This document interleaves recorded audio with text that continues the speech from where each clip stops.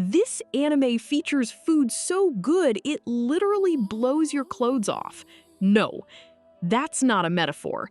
It's the entire premise of the most gloriously absurd, high-stakes cooking show I have ever seen. And somehow, it's brilliant. Our story kicks off with Souma Yukihira, a cocky kid working at his dad's humble diner. His world is turned upside down when he's enrolled in Tootsuki Academy, an elite culinary school where less than 1% of students graduate. Here, disputes aren't settled in the halls. They're settled in the kitchen through high-stakes cooking duels called Shokugeki. The premise sounds like a fever dream, but the show commits to it with such sincerity and hype that you can't help but get invested. It's not just about cooking, it's culinary warfare. All right, let's address the elephant in the room. The infamous foodgasms. Yes, every time a character eats something amazing, they're launched into an over-the-top ecchi fantasy sequence. I'll be honest, it's ridiculous and can definitely be a deal-breaker for some viewers, but I see it as a visual metaphor. In a battle shonen, you see power levels as giant energy blasts. Here, the sheer deliciousness of a dish is shown through these absurd reactions. If you can get past the initial shock, you'll find it's just the show's bizarre language for "this tastes incredible." Souma himself is a fantastic subversion of the typical shonen protagonist. He isn't a naive rookie screaming about his dream. He's already a skilled and experienced chef. His confidence isn't empty bragging. It's backed by years of relentless trial and error in a real working kitchen.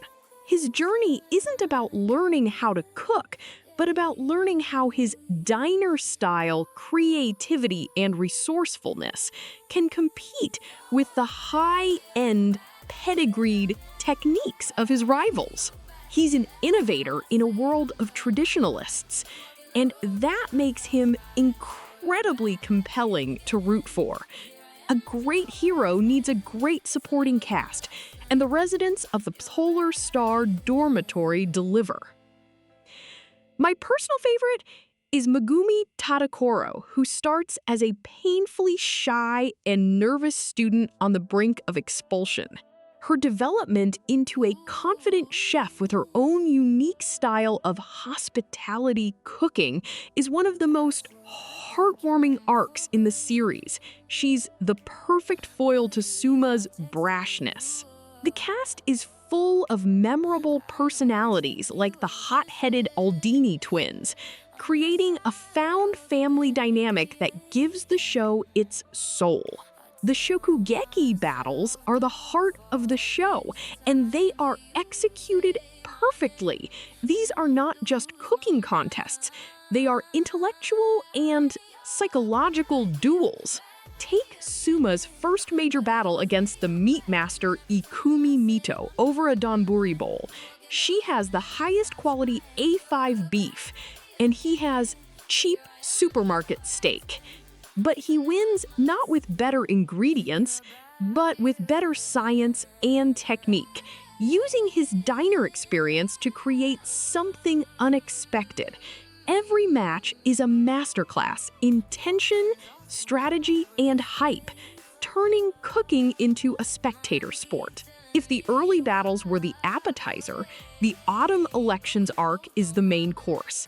This is Shokugeki no Souma at its absolute peak.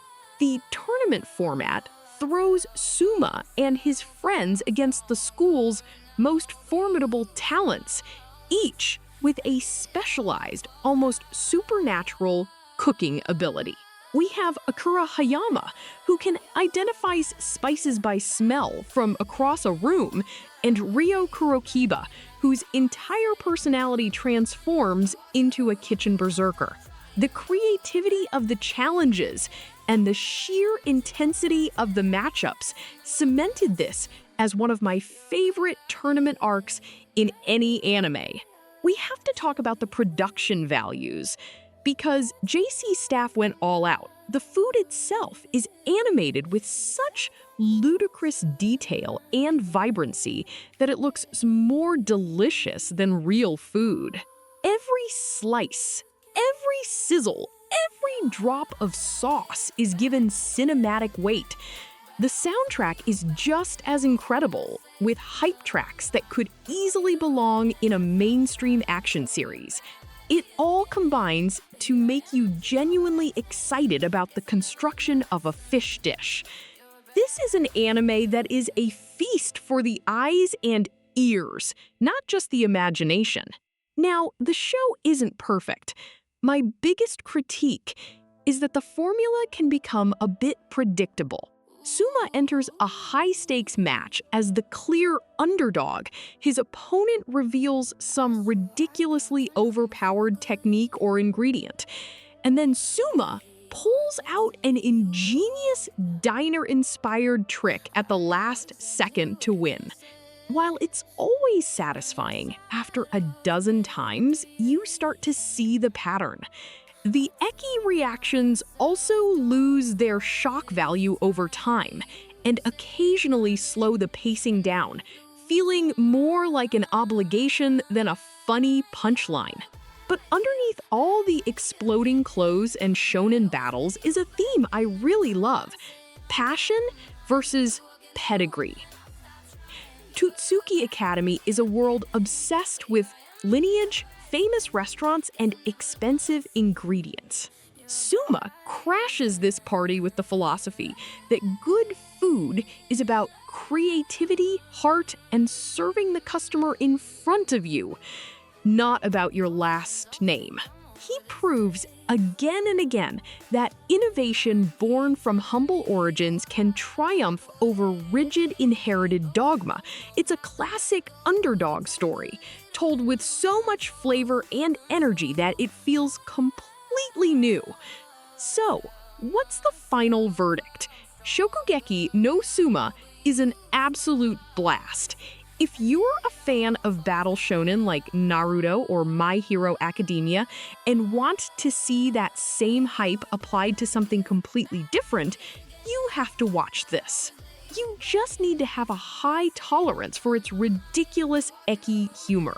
This first season, released in 2015 by Studio JC staff and directed by Yoshitomo Yonatani, is a fantastic 24-episode package based on the manga by Yuki Murasaki. It's a culinary spectacle that fully earns its high praise. Thank you so much for watching this review on Top Screen Tales. If you enjoyed it, a like and a comment go a long way. Is Shokugeki a masterpiece or just delicious nonsense? Let me know your thoughts. And more importantly, what film, anime, or series should I cover next? Drop your suggestions below.